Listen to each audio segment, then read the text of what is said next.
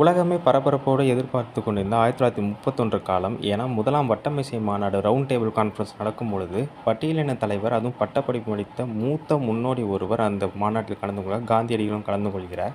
அப்போ தன்னோட கோட் பாக்கெட்டில் அவர் நான் தீண்டப்படாதவன் எழுதுகிறார்.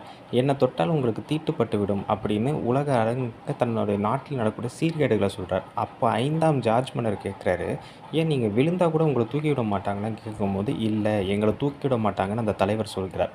அப்போ தான் 5ஆம் ஜார்ஜ் மன்னர் அவரோட கோரிக்கையெல்லாம் என்னன்னு கேட்கும்பொழுது, நாட்டின் விடுதலை என்பது ஒடுக்கப்பட்ட, அதுவும் பட்டியலின மக்களுக்கான விடுதலை.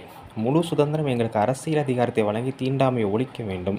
அப்போது தான் எங்களை மாதிரி ஒடுக்கப்பட்ட பட்டியலின மக்கள் சட்ட பாதுகாப்புடன் முன்னேற்றம் காண முடியும்னு 5ஆம் ஜார்ஜ் மன்னர்கிட்ட கோரிக்கை வைத்த மாபெரும் தலைவரான இரட்டைமலை சீனிவாசன் அவர்களுடைய நினைவு நாள் தான் இன்றைக்கி. இந்த நன்னாள் அவரை போற்றி வணங்கும். ஏன்னா மிக மிக முக்கியமான ஒரு பட்டியலின தலைவர் இவர்.